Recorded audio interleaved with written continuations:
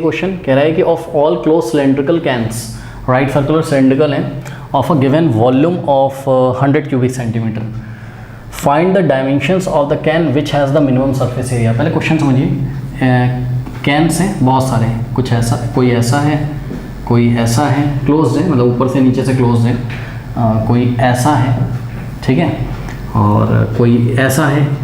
अब चाहे जैसा भी है लेकिन सबके वॉल्यूम दे दिए इन्होंने, सबके वॉल्यूम कितने, इसका भी वॉल्यूम क्या है 100 क्यूबिक सेंटीमीटर यानी कि 100 सेंटीमीटर क्यूब, इसका भी वॉल्यूम, इसका भी वॉल्यूम, इसका, सबके वॉल्यूम 100 सेंटीमीटर क्यूब है। लेकिन आपको क्या करना है, आपको वो वाला आपको राइट सर्कुलर कैन चूज करना है जिसका सरफेस एरिया क्या हो जाए, मिनिमम। और सरफेस एरिया मिनिमम करते हुए आपको डायमेंशंस फाइंड करने हैं सिलेंडर के। तो डायमेंशन फाइंड करने का मतलब है आपको हाइट फाइंड करनी है और आपको रेडियस फाइंड करनी है, क्योंकि दो ही तो इसके डायमेंशन होते हैं, इसी से तो सिलेंडर डिफाइन होता है ना, हाइट से और रेडियस से, करेक्ट। तो देखते हैं कैसे करेंगे, बहुत इजी है वैसे तो। सॉल्यूशन में सबसे पहले तो जो गिवन है वॉल्यूम, इसका गिवन है, वॉल्यूम का फॉर्मूला क्या होता है πr²h, लेकिन यही जो πr² है स्टूडेंट्स, ये हमको वॉल्यूम गिवन है, तो ये गिवन है कितना 100, तो πr²h इज इक्वल्स टू क्या है 100 सेंटीमीटर क्यूब, ये हमको गिवन है। बात समझ में? ओके चलो बहुत बढ़िया, इसको हमने भी इक्वेशन 1 बना लिया। अब क्या करेंगे हम बात करेंगे किसकी, सरफेस एरिया की, क्योंकि सरफेस एरिया को ही हमको क्या करना है, मिनिमम करना है। तो सरफेस एरिया को सपोज हमने एस से दिखाया, किससे दिखाया, एस से, तो ये जो सरफेस एरिया होगा, क्योंकि टोटल सरफेस एरिया हम लेंगे तो क्या हो जाएगा 2πrh plus πr² plus πr² लेंगे 2πr², ठीक है। तो 2πr², इसमें बॉटम और सरफेस का एरिया आ गया, और प्लस कर्व सरफेस एरिया क्या 2πrh। अब फिर से यही प्रॉब्लम कि ये जो सरफेस एरिया जिसको आपको मिनिमम करना है, इसको हम किसका फंक्शन बनाएं, एच का बनाएं कि आर का बनाएं। तो हम इसको आर का बनाएंगे, तो एस ऑफ आर में लिखूंगा अभी, तो s of r is equals to, r का कैसे बनाओगे, एच की वैल्यू आर के टर्म्स में निकाल लो। कहाँ से निकालोगे, इक्वेशन नंबर 1 से। तो इक्वेशन नंबर 1 में अगर आप देखें तो πr²h इज इक्वल्स टू 100 है, तो एच की वैल्यू निकालो, dividing by πr² both side, πr² से लेफ्ट में, πr² से राइट में डिवाइड किया, ये कैंसिल, एच की वैल्यू आ गई 100/πr², करेक्ट। तो यहाँ से हो जाएगा 2πr² और प्लस 2πr इंटू एच की जगह आप क्या रखोगे, एच की जगह आप 100/πr² रखोगे। और ये ध्यान रखिएगा, अभी काम आएगा कि भैया एच की वैल्यू कितनी है 100/πr², क्योंकि डायमेंशंस निकालने पड़ेंगे। तो आर जब आप निकाल पाओगे तो आप एच भी निकाल पाओगे, लेकिन आर जब आप निकालोगे तो वो एक क्रिटिकल पॉइंट होगा, और उस टाइम आपको इस एस को क्या दिखाना है, इस एस को आपको मिनिमम दिखाना है, ठीक है। अच्छा कुछ कैंसिल हो रहा है, हाँ, पाई से पाई गया, एक आर से एक आर कैंसिल हो जाएगा, तो यहाँ पे आ जाएगा आपका s of r is equals to, ये आर का फंक्शन है, तो 2πr² प्लस 2 और पाई से पाई, आर से आर कट गया, तो 2 इंटू 100 यानी कि 200, और अपॉन में क्या आ गया, अपॉन में आर आ गया, करेक्ट।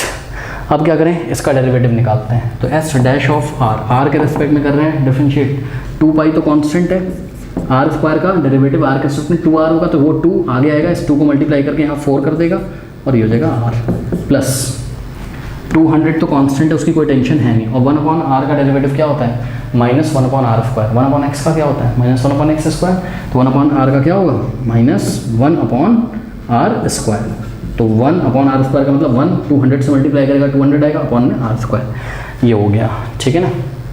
चलो बहुत बढ़िया। अब क्रिटिकल पॉइंट के लिए हम क्या करेंगे, क्रिटिकल पॉइंट के लिए हम इसको 0 के इक्वल रखेंगे, यानी कि 4πr माइनस जो फर्स्ट डेरिवेटिव आया है इसको हम 0 के इक्वल रखेंगे, तो r की वैल्यू आने की संभावना होगी। देखते हैं क्या होता है, ये 200/r² नेगेटिव उधर भेजोगे तो क्या हो जाएगा, पॉजिटिव हो जाएगा, यानी कि हो जाएगा आपके पास, दिस इम्प्लाइज कि 4πr is equals to 200/r²। अब देखो r² से बोथ साइड क्या कर दो, मल्टीप्लाई, तो multiplying by r² both side, ठीक है। तो r² से हमने राइट में मल्टीप्लाई किया और r² से हमने लेफ्ट में, ऐसा करने से ये कैंसिल हो जाएगा, और हो जाएगा आपके पास क्या 4πr इंटू r², r³ हो जाएगा इज इक्वल्स टू 200। अब 4π से डिवाइड लगा दीजिए, तो 4 या सीधे 4π को उधर भेज दो, जो करना है कर लो, ठीक है। ये कैंसिल हो गया, अब देखो पाई तो ऐसे ही रहेगा हम लोग के पास, ठीक है। 4 1 जा 4 5 जा, ये 50/π आ गया, यानी कि r³ जो आया है, r³ जो आया है वो क्या है 50/π। अब देखो यहाँ से क्यूब हटाओगे तो क्यूब रूट लगाओगे उधर, यानी कि r is equals to 50 upon pi का क्यूब रूट का मतलब इसकी पावर 1/3, स्क्वायर रूट होता तो हम 1/2 लिखते हैं, क्यूब रूट है तो 1/3 लिखेंगे, ठीक है।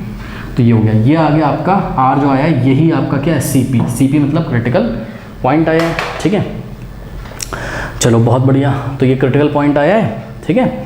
अब हम क्या करेंगे, मैं तो सोच रहा हूँ सेकंड डेरिवेटिव टेस्ट लगा लेते हैं, ऑब्वियसली सेकंड डेरिवेटिव टेस्ट ही लगाना पड़ेगा, ठीक है। तो देखते हैं कि r इज इक्वल्स टू ये जो भी रेडियस आया है, इस पॉइंट पे जो हमारा फंक्शन है वो मैक्सिमम है कि मिनिमम है, तो हम SDT लगाने जा रहे हैं, यानी कि सेकंड डेरिवेटिव टेस्ट। क्या करेंगे, ये जो फर्स्ट डेरिवेटिव आया था इसको again differentiating with respect to r, तो ये हो जाएगा क्या, s double dash of r is equals to, हाँ भाई 4 पाई तो कांस्टेंट है, तो 4 पाई r का क्या होगा, r के रिस्पेक्ट में 1, यानी कि 4 पाई इंटू 1 4 पाई आ जाएगा, तो ये आ गया 4 पाई माइनस, अब देखो 200 तो कांस्टेंट है, ठीक है, और दिखा देता हूँ मैं इसको आपको करके, 1/r² का कितना हो जाएगा डेरिवेटिव, तो 1/r² का डैश का मतलब डेरिवेटिव क्या हो जाएगा, पहले इसको हम ऐसे लिख लेंगे, r की पावर -2 का डैश, -2 आएगा आगे और पावर में 1 माइनस करोगे यानी कि r की पावर -3, तो r की पावर -3 यानी कि -3 नीचे आएगा तो -2/r³ नीचे आके r की पावर पॉजिटिव हो जाएगी,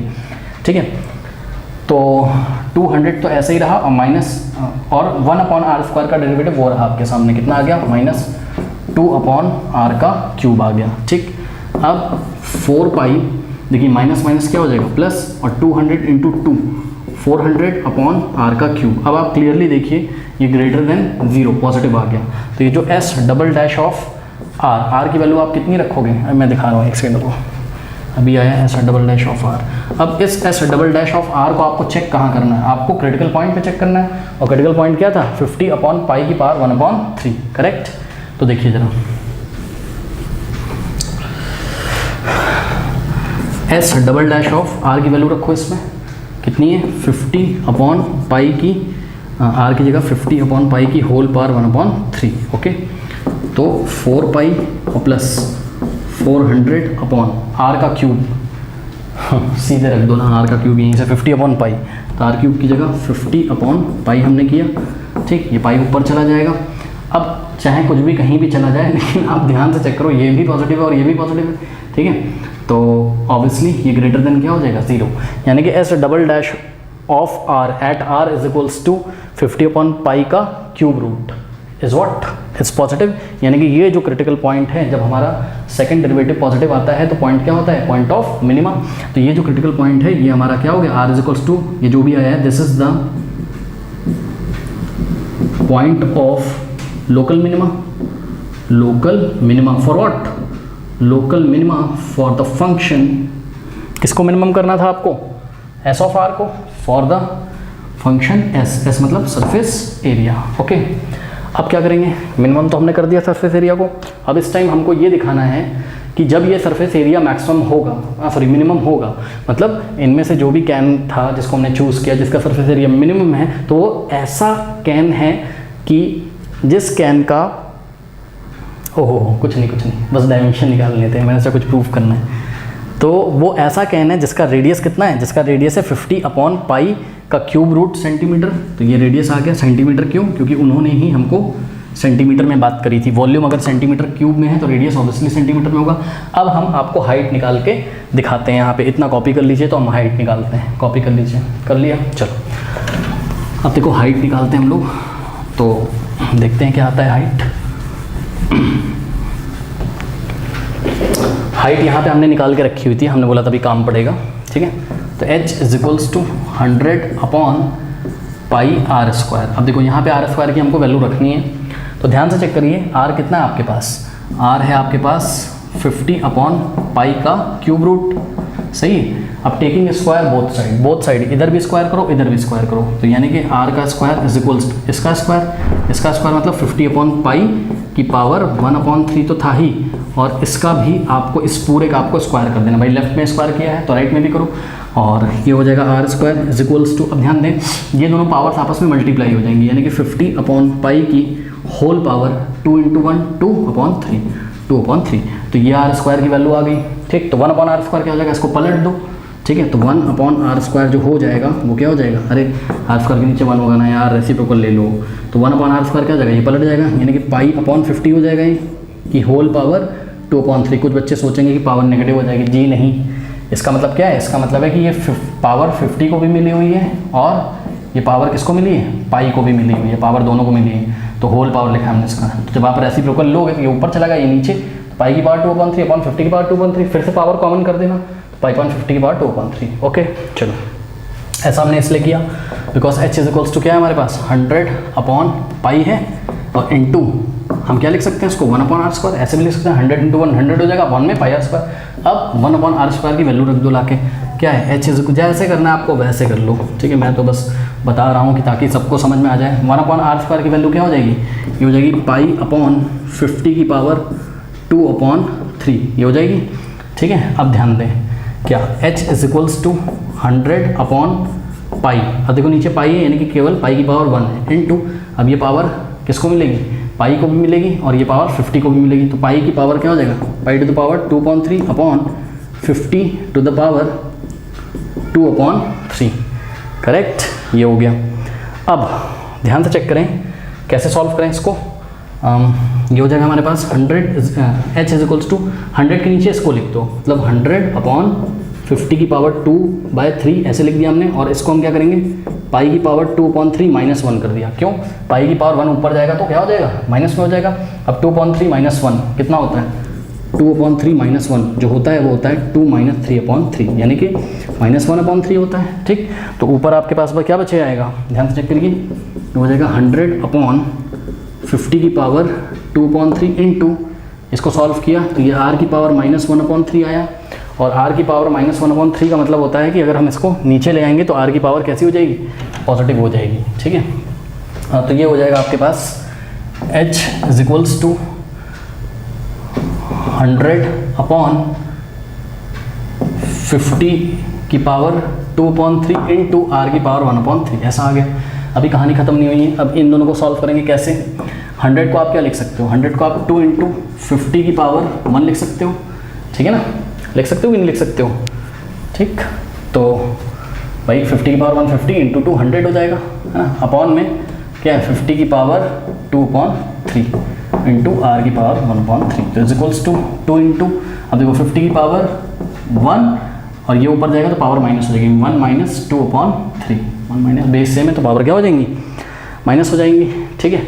तो और नीचे क्या बच जाएगा? नीचे बच जाएगा r की पावर 1/3, तो ये हो जाएगा आपके पास 2 इंटू 50 की पावर 1 - 2/3, 3 - 2 1/3, तो 50 की पावर 1/3 और अपॉन r की पावर 1/3, ठीक है। अब इसको आप क्या लिख सकते हो? देखो इसकी भी पावर 1/3, इसकी भी, तो इसको आप ऐसे भी लिख सकते हो 50 अपॉन r की होल पावर 1/3 सेंटीमीटर। तो हाइट आ गई हमारी कितनी? इतनी 2 × 50 अपॉन r की होल पावर 1/3, और रेडियस आ गया 50 अपॉन पाई की होल पावर व्हाट? ओ हो, अभी एक काम और करना है। क्या? यहाँ पे r की वैल्यू भी हमको रखनी पड़ेगी बच्चों, ठीक है। अभी हमको यहाँ पर r की वैल्यू भी, ये r कहाँ से आ गया? ओ हो, यहाँ पे गलती हुई, देखो ये पाई है, r नहीं है यार, ये पाई, ठीक है। तो पाई आएगा ना नीचे, r कहाँ से आ गया, ठीक है। तो ये पाई है, सब जगह पाई है, ठीक है। और चैनल है 2 पाई, क्लासेस पे पढ़ लो आप। ये पाई है, पाई की पावर 1/3, तो 50 अपॉन पाई की होल पावर 1/3, ओके। तो ये आ गया आपका क्या? हाइट। तो यही रेडियस और हाइट हमको निकालनी थी। Let me check the answer. Radius is 50 upon pi की whole power 1/3 and height is 2 × 50 upon pi की होल पावर 1/3 सेंटीमीटर, ठीक है। तो हम फाइनली बच्चों सुनिए, हम आंसर क्या करेंगे? सभी बच्चे अपनी कॉपी में लिखें, हम लैंग्वेज लिखेंगे लास्ट में। Hence the required dimensions of the can, right circular can which has the minimum surface area is given by the radius is equals to 50 upon pi की power 1/3 centimetre and height is equals to 2 × 50 upon pi की power 1/3 centimetre. तो इस तरीके से हम इसको करेंगे।